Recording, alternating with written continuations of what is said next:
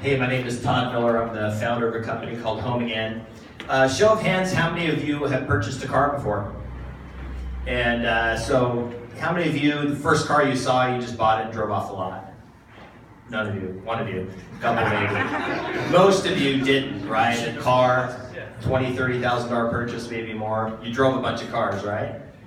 So I'm going to flip this a little bit. How many of you have ever sold a house? A few of you. I'm not going to put you on the spot, but NAR statistics, the National Association of Realtors, says half of you used the agent, the one agent you met, either referred from a friend or somebody you knew. And there's a reason for that. And the reason for that is because the part of real estate which involves pricing your home and picking an agent is not very transparent.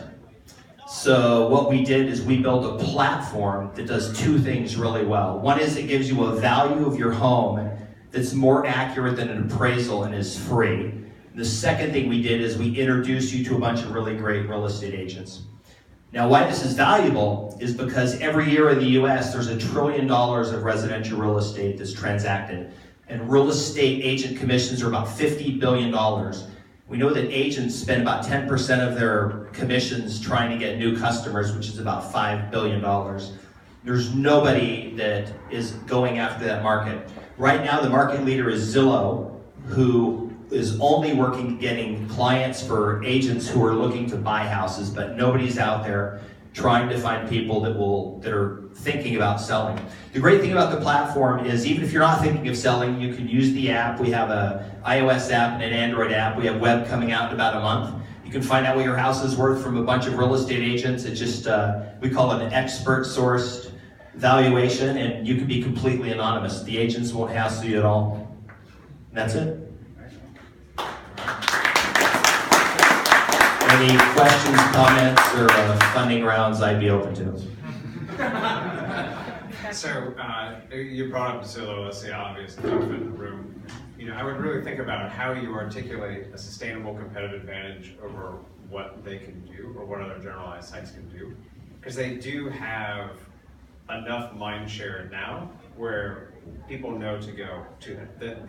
There's muscle memory to go to Zillow, whether or not you're on the buy or sell side. And they have the database of those values, so you can go. The things you're talking about in the value proposition, I think you'll want to hone the differentiation of that or cut it, because a lot of those things, at least I think I can do on Zillow. I can see an estimate of my home price and my neighbor's home price, and there are a list of realtors who advertise there. It's maybe not set up as a selection or feedback platform, so maybe it's some aspect like that. I don't know that a Zillow or somebody like that couldn't build something like that in to their existing platform. The user base and the transaction volume is the hardest thing to get. So you have to think about how do I, when I'm not at the market inception, when I'm chasing other market leaders, how do I quickly go out and get user awareness or brand spectrum there? And maybe it's either writing a partnership with somebody like a Zillow, maybe it's writing partnerships with the real estate agents and their firms that maybe want something different that they're not getting off Zillow and then having to sponsor and catapult you up there.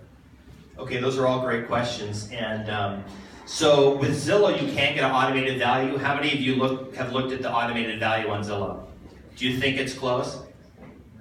It's not. The CEO of Zillow himself just sold his house. He sold it for $1,050,000. The day it closed, we took a snapshot of the Zillow page. The Zestimate was $1.77 million. So he was off by like 70% on his own house. And Can I challenge you on that for a second? Yeah. With respect, I mean, who really cares about what the Zestimate is? Because ultimately, if you're really selling your home, you're not going to trust a website to tell you what it's worth. I don't see that changing anytime soon. So, and there's enough public data compared with comps, with all of your neighbors, to be able to price things out, even if you want to do a for sale by owner. So, and what I'm trying to say is that I'm in complete agreement here with Craig in that the only way that I could see another real estate product competing with the Zillows and the Redfins and the other things and the Stables that are all out there right now is through user acquisition, doing something, having the hook that grows, that shows such rapid growth that Zillow just says, F it, I'm gonna buy you instead of trying to compete with you.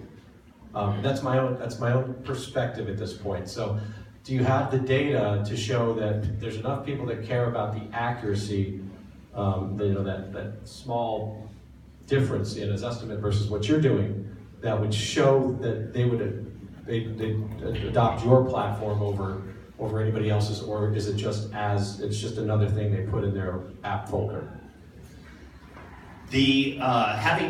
My wife is sitting here. We've done about 3,000 real estate transactions all on the listing side. That number you pick for your list price is huge, because if you have a list price that's too low, you'll probably get multiple offers and sell it. You won't maybe maximize, get as much money as you can. And if it's too high, you have the problem, you're on the market, you're doing price reductions, and then it's stale. Okay, great. So what you've described is the listing agent's problem, not the residential homeowner's problem. So if the product is delivering a different level of value to the listing agent, that's great. I'm trying to understand which side of the marketplace you're creating unique value for that you can acquire at a different rate than the current competition that already exists. The list price a lot of times is driven by the real estate agent to get the listing. So the problem is people go with the highest, that's what they say. I'm just gonna go with this agent because they give me a really high value. And having the consumer armed with the information of what a lot of other agents would say, like if they get 10 values back from different agents saying your house should really be worth here, it would make a big difference in that selection. The other thing you don't know is how well that agent does, based on what they say to the consumer versus what they sell the actual house for, and what all those metrics are. But we're able to capture all that because we can see what all the agents are guessing on the houses. So if you have an agent, we say, hey, this agent on average is 15% higher than everybody because they're trying to buy your listing, then it's really a consumer tool. As far as distribution, it's the real estate agent that's going to use this platform because they're going to want to market it to get business for themselves, because when you enter the platform, you're gonna get that agent, among other agents, but you're for sure gonna get that agent. So the way it works is the agents actually pay us for the right to have like their own landing pages, what's my home worth pages, and things like that. It uses our technology, lets them communicate with the seller. So the agent themselves become a distribution platform. We don't have to go through everything Zillow did, because Zillow didn't use real estate agents as a distribution platform. They just used general marketing, got all the consumers to the side. Okay, so then tell me, I think I'm hearing that your user acquisition strategy is listing agents, not consumers. Yeah, exactly. Okay. It's the real estate agent is going to market this to get business for themselves, selfishly. They're paying us for the platform, gives value to the consumer. Then it ties the consumer into those agents that are using the platform to list the home. Okay, great. And do you have what's your user growth right now? How many users do you have on the listing side, and how many are paying you?